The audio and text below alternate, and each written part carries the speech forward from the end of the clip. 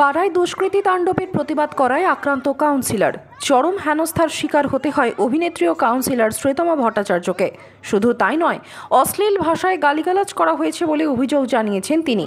গোটা বিষয়টি নিয়ে বেলঘড়িয়া থানার দ্বারস্থ হয়েছেন অভিনেত্রী ও কাউন্সিলর শ্রীতমা ভট্টাচার্য। তার অভিযোগ, কামারহাটি পুরসভার 28 নম্বর ওয়ার্ডে দিনের পর দিন আগরপাড়া শ্রীপল্লী এলাকায় নানান ধরনের অসামাজিক কাজকর্ম চলছে। স্থানীয় পল্লীর সমিতির অধীনে থাকা সরকারি সম্পত্তি বেদখল হয়ে যাওয়া সহ এলাকা জুড়ে গুন্ডামি থেকে শুরু করে জোর জুলুম করা একাধিক অভিযোগ কাউন্সিলরের কাছে জমা পড়েছে।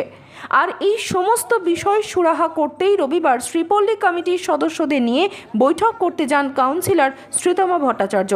আর তখনই আচমকা কাউন্সিলর সহ তার সঙ্গে থাকা লোকজনদের ওপর চড়াও হয় বেশ কিছু স্থানীয় বাসিন্দা। কাউন্সিলরের সঙ্গে থাকা লোকজনকে ধাক্কাধাক্কি করা হয়েছে বলে অভিযোগ। সেই সময় আঘাত লাগে অভিনেত্রীর পায়ে। গোটা বিষয়টি নিয়ে বেলঘড়িয়া থানার দ্বারস্থ হয়েছেন তিনি। আচমকা এই ধরনের ঘটনা ঘটায় কান্নায় ভেঙে পড়েন শ্রীতমা। খোদ তৃণমূল কাউন্সিলরকে এভাবে হেনস্থা করায় বেশ চাঞ্চল্য ছড়িয়েছে গোটা এলাকায়। এদিন সংবাদ মাধ্যমের মুখোমুখি হয়ে এক রাশ ক্ষোভ উগরে দিয়ে শ্রীতমা জানান, 15 দিন আগে আমার ওয়ার্ডের যে কটা এরিয়া রয়েছে, যে কটা পল্লী রয়েছে, যে কটা বুথ রয়েছে, প্রত্যেকটা বুথের এগেনস্টে একটা করে পল্লী রয়েছে। তো প্রত্যেকটা পল্লীর আন্ডারে তো কিছু সরকারি প্রপার্টি থাকে, গভর্নমেন্ট প্রপার্টি, মানে যেগুলো পল্লী কমিটির আন্ডারে থাকে বা পল্লী সেইগুলোর দেখভাল করে। সেটা কিছু পুকুর হতে পারে, কিছু জমি হতে পারে, যা কিছু হতে পারে। তো আমি সবসময় এদেরকে বলি সেটার একটা লিস্ট প্রপার যাতে আমাদের কাছে থাকে। কেন? কারণ হচ্ছে সেটা যাতে হঠাৎ করে বেদখল না হয়ে যায়। বা অনেক সময় আমরা দেখতে পাচ্ছি অনেক পুকুর ভরাট হয়ে যাচ্ছে। এই পুকুর ভরাট হতে হতে হতে হতে সেটা একটা জমিতে পরিণত হয়ে যাচ্ছে। সেই জমিটাই হয়তো মানে বেআইনিভাবে দখল হয়ে যাচ্ছে বা বিক্রি হয়ে যাচ্ছে। তো সেগুলো করা একটা প্রতিনিধি হিসেবে আমার কাজ, যে সেগুলোকে এক জায়গায় রাখা, যাতে পরবর্তীকালে সরকারিভাবে সেগুলোর রক্ষণাবেক্ষণ করা যায়। তো সেই লিস্ট এই কমিটির কাছে, যদিও বা এই কমিটিটা রেজিস্টার্ড কমিটি নয়, হঠাৎ করে তৈরি করা 1.5 বছর আগের একটা কমিটি, তারা নিজেরাই লিস্ট নিয়ে নিজেরাই তৈরি করে ফেলে। তখন আমি অনেকবার প্রতিবাদ করা সত্ত্বেও সেটাতে কোনো কাজ হয়নি। তারপরে অনেক কিছুই চলছিল। এই কমিটির প্রেসিডেন্টের নামে অনেক কমপ্লেন আছে, সেক্রেটারির নামে অনেক কমপ্লেন আছে। সেই সমস্ত কমপ্লেন কাউন্সিলরের কাছেও এসেছে। কাউন্সিলর যখন সেটার এগেনস্টে কোনো অ্যাকশন নিতে গেছে, কাউন্সিলরকে নয় অপমানিত হতে হয়েছে, নয় অপদস্থ হতে হয়েছে। এবং তার থেকেও বড় কথা, অনেক মানে শ্রীপল্লীর যে মাঠটা আছে সেইখানে প্রত্যেক দিন রাতে মানে আমি ঠিক কী ভাষায় বলবো জানি না, যে কাজগুলো হয়, যে কার্যকলাপগুলো হয়, সেটা একটা সুস্থ সমাজে হওয়াটা উচিত নয়। এবং সেটাতে পুলিশ বহুবার গিয়েছে। অনেক সময় মানে এটা শোনা কথা যে পুলিশকেও নাকি হ্যারাস হতে হয়েছে। কেন গিয়েছিল?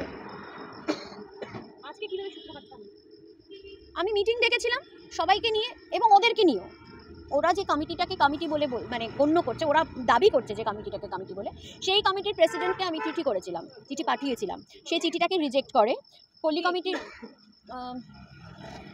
ভদ্রলোকের কি নাম বলবো, আমার বলতে ইচ্ছে করছে না, আমার রুচিতে পারছে। এটাই কারণ আমি যখন কাউন্সিলর ইলেকশনে দাঁড়িয়েছিলাম, সে আমার পাশে দাঁড়িয়েছিল, ঠিক আছে?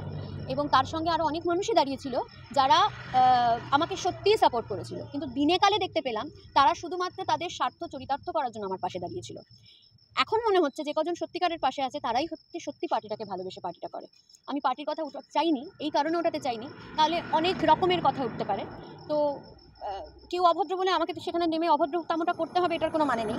আমি প্রচণ্ডভাবে লিগাল ওয়েতে চেয়েছিলাম বিষয়টার সলিউশন হোক, কিন্তু ওরা কোনোভাবেই লিগালি সেটাকে করতে চায়নি। উল্টে যেটা করেছে সেটা হচ্ছে ইললিগালি প্রচুর কাজ করেছে, যেগুলোকে ওরা চেষ্টা করছে এটা দাবি করার যে আমরা যেগুলো ইললিগালি করছি সেগুলো ঠিক।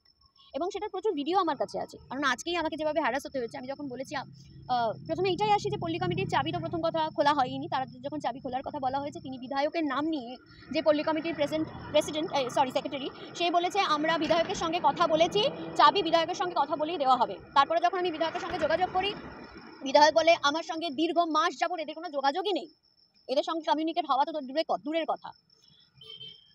সবথেকে বড় কথা হচ্ছে, কারোর পাবলিক প্রপার্টি নয়, কারোর পার্সোনাল প্রপার্টি নয়, পাবলিক প্রপার্টি, এবং যেটা সরকারের, মানে সেটা এরকমও নয় যে একটা জায়গা খালি পড়ে আছে, হঠাৎ করে সেইটাকে কেউ কিছু বললো কেউ কিছু বললো না, বিষয়টা এরকম নয়। গভর্নমেন্ট প্রপার্টি, সেটার চাবি এইভাবে আটকে রাখাটা এখতিয়ারের বাইরে। এটা লিগালি কেউ এটা করতে পারে না। আর বিশেষ করে করতে পারে না যখন একজন মানুষ হঠাৎ করে বলছে যে হ্যাঁ আমরা একটা মিটিং ডাকতে চাই, এবং সেটা পল্লীর মানুষদের নিয়ে। আমি একা অন্য পাড়া থেকে লোক এনে মিটিং করবো বলে পল্লী কমিটির চাবি আমিও চাইনি, আমি তাদেরই লোক পাঠিয়েছি।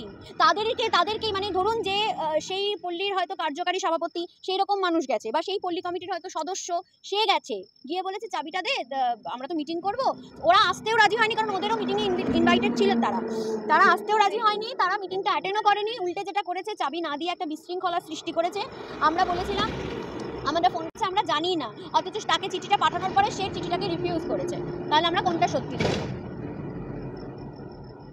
কাউন্সিলরের গায়ের যে হাত তোলা হলো এবং হুমকি দেওয়া হলো, এতে কি আতঙ্কিত?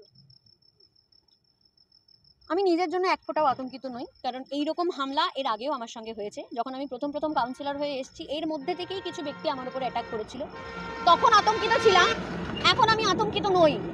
আমি শুধু এইটুকুই বলতে চাই যে আমি এলাকাটা নিয়ে আতঙ্কিত, কারণ আজকে কিছু মানুষ আছে যারা টাকা দিয়ে মুখ বন্ধ রাখার চেষ্টা করে পল্লীর মানুষদের।